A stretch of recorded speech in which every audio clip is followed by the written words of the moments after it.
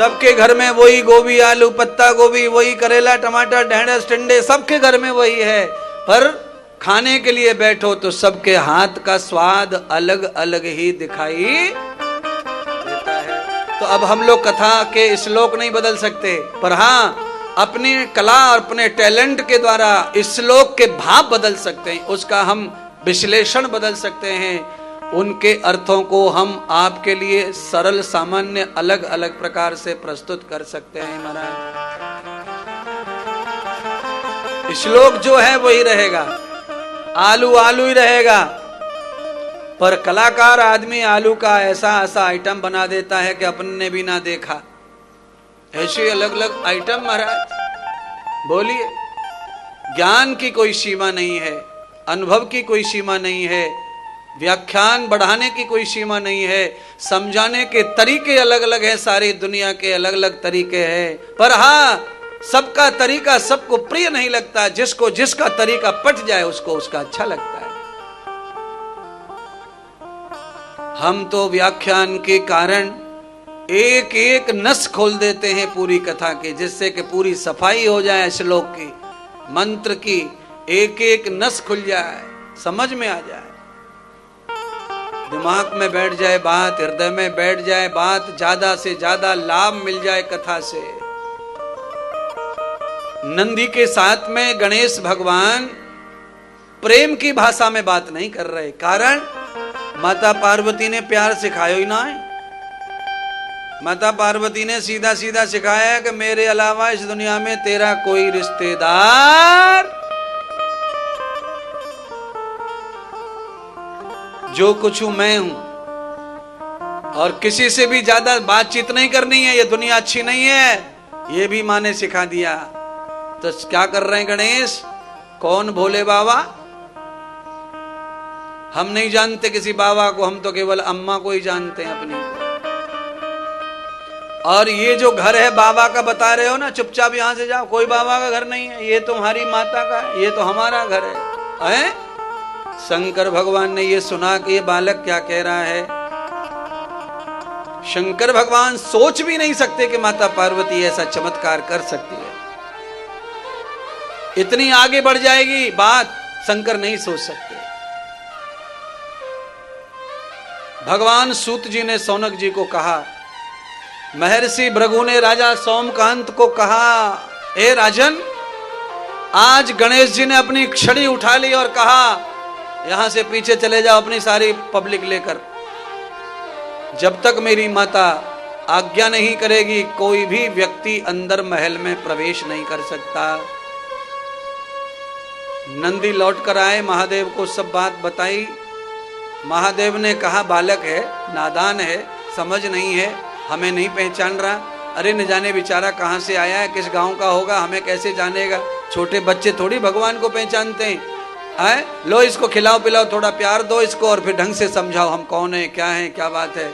नंदी फिर गए, फिर से विवाद हुआ, तीसरी बार गए फिर विवाद बढ़ा, चौथी बार गए विवाद बढ़ा। अंत में शंकर भगवान ने कहा ये बालक तो कुछ अलग ही लगता है, इस बालक का तेवर अच्छा नहीं लगता, इसीलिए इस तरह बालक प्यार दे के, समझा के, खिला के, पिला के भी बालक अगर उद्दंडता जैसी बात कर रहा हो तो उसे थोड़ा दंडित भी करना चाहिए, नहीं तो वो आगे चल के और ज्यादा उद्दंड हो जाएगा। ऐसा बालक भाव, वत्स भाव रख के ही शंकर ने कहा कि थोड़ी कठोरता से पेश आओ। नंदी गए, थोड़ी कठोरता से पेश आए और कहा थप्पड़ मारूंगा, हट जा, एक ही सींग मारूंगा, उठा के पटक दूंगा, रास्ता छोड़, मेरा घर मेरा घर मेरा घर। कुल मिलाकर कथा को अब मैं छोटा कर दूं, नंदी में और गणेश जी में यहां युद्ध हुआ, और युद्ध में नंदी गणेश के सामने परास्त हो गए, और गण भेजे भगवान शंकर ने, और देवता भी भेजे। जैसे देवता और गण शंकर के लड़ रहे हैं गणेश जी से, माता पार्वती अंदर से शक्ति प्रदान कर रही है देवताओं को परास्त करने की, गणों को परास्त करने की, शंकर भगवान को इस बात का एहसास हो गया कि ये बालक कोई छोटा मोटा नहीं, ये बालक अद्वितीय है, अद्भुत है। और इस बालक की हिम्मत, इस बालक की करतूत, इस बालक का अनादिकार चेष्टा, देवताओं पर इस तरह प्रहार कर रहा है, गणों को इस तरह पीट रहा है, ये इतना छोटा बालक ऐसे कैसे कर सकता है? ये धरती पर कहां से आया है? इसका जन्म देने वाला कौन है?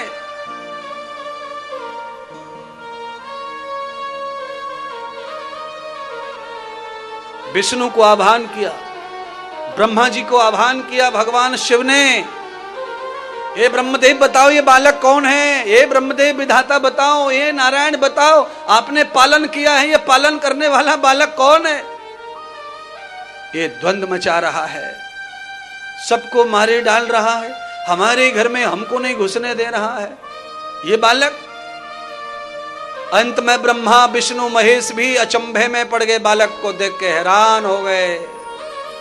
महादेव, इसके सामर्थ्य और शक्ति के आगे तो हमारी शक्तियां नाच रही हैं, घूम रही हैं। अंत तो गत्वा महादेव, अब आप कुछ करो।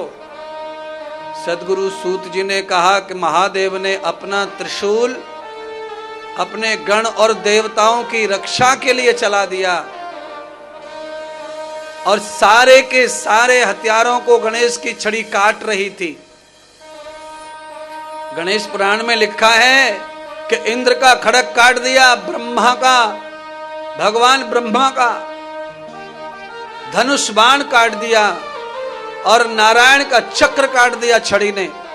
इन्होंने भी प्रहार करके देखा बालक के ऊपर, तो अंत में भगवान शंकर ने अपना त्रिशूल चढ़ाया। बालक गणेश त्रिशूल चला दिया, देवताओं के हथियारों को तोड़ने में लगे थे और उन्हीं हथियारों को तोड़ तोड़ कर फेंक के मार रहे थे, देवता उसी से घायल हो रहे थे। इतने में ही बाण जब चला त्रिशूल, तो गणेश का ध्यान त्रिशूल की ओर नहीं गया, तो उसे बचा नहीं पाए, उसने गणेश की गर्दन को काट दिया। गर्दन गिरी, महल में धड़ दरवाजे पर गिर पड़ा। पार्वती को एहसास हो गया कि आज मेरे पुत्र को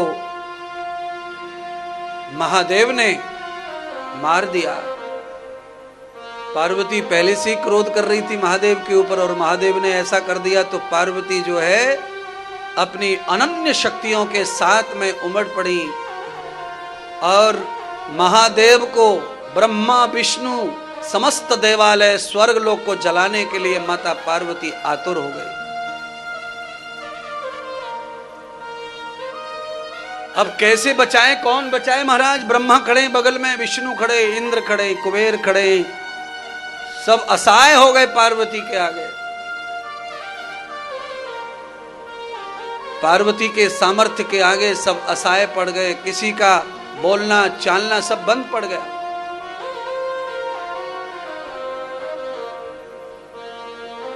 अब कैसे पार्वती को शांत किया जाए? हादसा तो हो गया। मेरे पुत्र को मारने वाले शिव महादेव, मैं तुम्हें बख्श नहीं सकती, माफ नहीं करूंगी।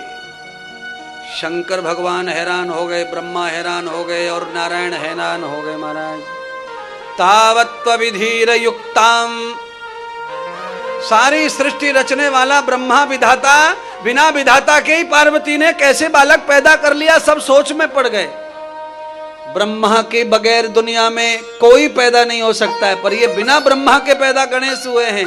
इसीलिए ब्रह्मा से ज्यादा वैल्यू गणेश की है, शंकर से ज्यादा वैल्यू गणेश की है, नारायण से ज्यादा वैल्यू गणेश की है। क्योंकि ना नारायण ने पालन किया, न ब्रह्मा ने उत्पन्न किया, न शिवजी ने उत्थान किया। ये तो महाराज अलग ही माया पैदा हो गई है। अनंतम अनंतम अनादित अनुपम।